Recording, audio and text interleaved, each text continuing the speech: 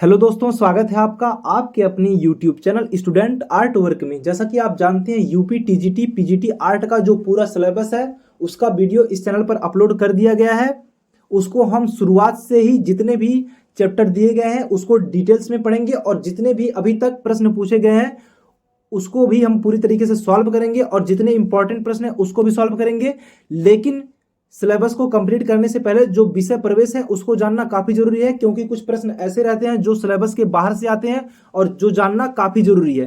तो चलिए उसी प्रश्न को हम सॉल्व करते हैं। सबसे पहला प्रश्न दिया गया है, कला क्या है, जो कि यूपी टीजीटी आर्ट 2001 और यूपी पीजीटी आर्ट 2010 की परीक्षा में पूछा जा चुका है। इसके ऑप्शन है, ऑप्शन ए प्रकृति का चित्रण, और इसके बाद में ऑप्शन बी दिया गया है भावों का चित्रण, ऑप्शन सी प्राणियों का चित्रण, और इसके बाद में ऑप्शन डी कलाकार की अनुभूति से परिपूर्ण चित्रण। डियर स्टूडेंट, सबसे ज्यादा इंपॉर्टेंट प्रश्न है और जानना जरूरी है। तो चलिए सबसे पहले जानते हैं कि कला है क्या। तो कला मनुष्य जिस माध्यम से अपने विचारों को प्रस्तुत करता है उसे कला कहते हैं। जैसे चित्रकला, जिसमें एक चित्रकार अपने अंतर्मन के विचार को चित्रपट पर चित्रों के माध्यम से अंकित करता है। यानी कि कला मनुष्य के विचारों को प्रस्तुत करने का एक माध्यम है। डॉक्टर रीता प्रताप के अनुसार मनुष्य की रचना जो उसके जीवन में आनंद प्रदान करती है वह कला या आर्ट कहलाती है।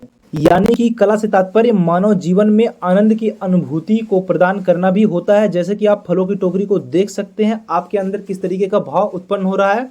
तो यहाँ पर प्रश्न को अच्छी तरीके से समझते हैं। कला क्या है? प्रकृति का चित्रण, भावों का चित्रण, प्राणियों का चित्रण, या फिर कलाकार की अनुभूति से परिपूर्ण चित्रण। तो आपको बताया गया था कि कला क्या है? विचारों को प्रस्तुत करने का एक माध्यम है, यानी कि कलाकार की अनुभूति से परिपूर्ण चित्रण है। ये चित्रकला की बात की जा रही है। तो डियर स्टूडेंट, यहाँ पे ऑप्शन डी बिल्कुल सही हो जाएगा और यहाँ पे बात चित्रकला की गई है। लेकिन जो कला होती है सिर्फ और सिर्फ चित्रकला नहीं होती है, कई सारी कलाएं होती हैं, जैसे चित्रकला, मूर्ति कला, स्थापत्य कला, कढ़ाई कला, सिलाई कला। जो भी कलाएं होती हैं, कोई भी कलाकार हो अपने अंतर्मन के विचार को प्रस्तुत करता है, वो एक कला है। कला क्या है? एक माध्यम है विचारों को प्रस्तुत करने का। जैसे कि आप देख रहे हैं यहाँ पर एक खिड़की का चित्र बनाया गया है जो कि 3D लुक में बनाया गया है दीवार पर। वास्तव में यहाँ पे कोई भी खिड़की नहीं है, लेकिन जो चित्रकार है उसने अपने अंतर्मन के विचार को रंगों के माध्यम से इस दीवार पर इस चित्र को अच्छी तरीके से बनाया है।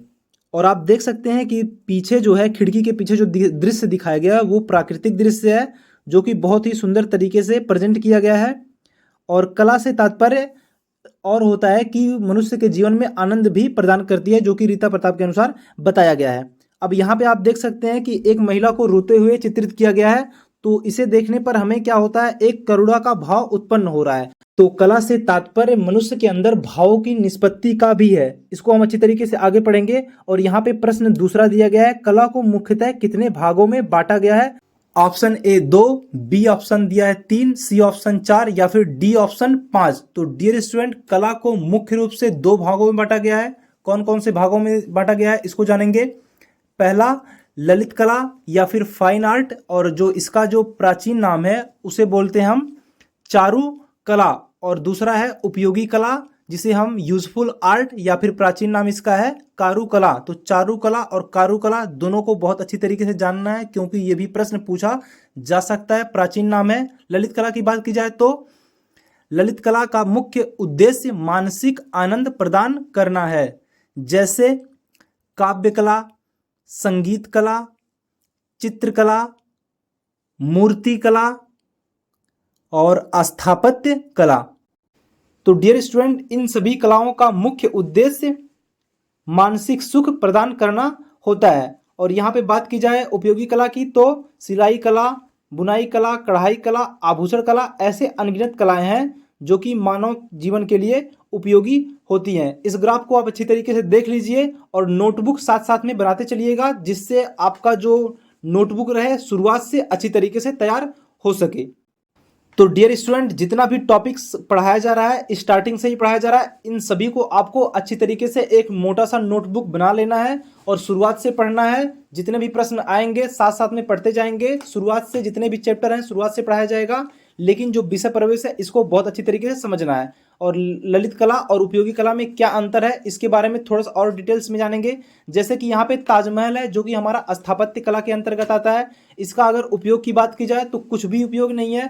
मंदिर है, मंदिर में जाने से हमें सिर्फ और सिर्फ मानसिक सुख की प्राप्ति होती है और कुछ नहीं होता है, इसका हम और कुछ नहीं कर सकते हैं। तो ये हमारी किस में आती है, ललित कला में। और इसके बाद में अगर बात उपयोगी कला की जाए तो बहुत ही ज़्यादा इंपॉर्टेंट है उपयोगी कला।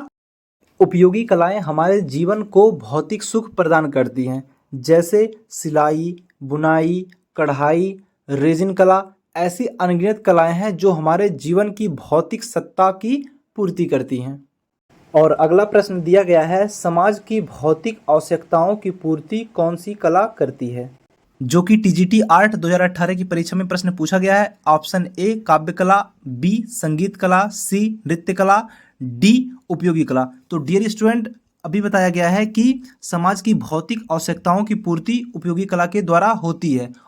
तो हमारा ऑप्शन सही कौन सा हो जाएगा, ऑप्शन डी उपयोगी कला। और डियर स्टूडेंट, उपयोगी कला को हम व्यावसायिक कला भी कहते हैं, तो ये भी जानना काफ़ी जरूरी है। और इसके बाद में डियर स्टूडेंट, कला को कई सारे दार्शनिकों, कला समीक्षकों, कला विद्वानों ने अपने अपने अनुसार एक अवधारणा बनाई है जिसको जानना काफ़ी जरूरी है। तो चलो ये जानते हैं कि कला की अवधारणाएं, कॉन्सेप्ट्स ऑफ आर्ट, कई सारे विद्वानों ने क्या कहा है।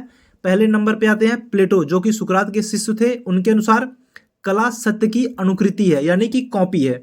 उसके बाद में इनका एक कथन और है, वो क्या है इसको जानते हैं, कला का प्राण सौंदर्य है, जो कि सौंदर्य शास्त्र से संबंधित है। और इसके बाद में आता है एक और इनका कथन है, उपयोगी कलाएं अनुकरणात्मक कलाओं से श्रेष्ठ है। तो कथन को याद रखना काफी जरूरी होता है डियर स्टूडेंट। ऐसा एक कथन दिया जाएगा और पूछा जाएगा ये कथन किसका है। इसके बाद में अरस्तु के अनुसार कला प्रकृति का अनुकरण है। अरस्तु कौन थे, थोड़ा डिटेल्स में जान लेंगे। सुकरात जो हुए थे एक फिलोसफर थे, दार्शनिक थे। उनके जो शिष्य थे प्लेटो, और जो प्लेटो के शिष्य हुए थे वे हुए थे अरस्तु। और ये जो तीनों थे ये क्या थे, एथेंस के दार्शनिक थे, यानी कि फिलोसफर थे। थोड़ा डिटेल्स आप जान लेंगे तो काफी बेटर रहेगा, परीक्षा में कुछ भी पूछ सकता है। और इसके बाद में जर्मनी के एक दार्शनिक थे हीगल। उनके अनुसार कला भौतिक सत्ता को व्यक्त करने का माध्यम है। और इसके बाद में क्रोचे के अनुसार कला बाह्य प्रभाव की आंतरिक अभिव्यक्ति है। हर्बर्ट रीड के अनुसार अभिव्यक्ति के आह्लादक या रंजक स्वरूप को कला कहते हैं। और इसके बाद में सिगमंड फ्राइड के अनुसार, जो कि अभिव्यंजनावाद से संबंधित है, वेस्टर्न आर्ट में आपको पढ़ाया जाएगा, कला मानव की दमित वासनाओं का उभार है। डियर स्टूडेंट, सिगमंड फ्राइड का जो मनोविश्लेषण सिद्धांत है ये आपको जब पश्चिमी कला पढ़ाया जाएगा तो उसमें बताया जाएगा अच्छी तरीके से। और इसके बाद में रविंद्रनाथ टैगोर के अनुसार मनुष्य कला के माध्यम से अपने गंभीरतम अंतर की अभिव्यक्ति करता है। तो डियर स्टूडेंट, जितने भी कथन बताए गए हैं इन सबको आपको अच्छी तरीके से नोट डाउन कर लेना है, क्योंकि ये हमारा कला विषय प्रवेश है और इससे प्रश्न बनते ही बनते हैं, जो कि काफ़ी इंपॉर्टेंट है। और इनसे ही प्रश्न पूछ जाएगा, कोई कथन दिया रहेगा और पूछा जाएगा कि ये कथन किसका है, तो इसको जानना बहुत ही ज़रूरी है।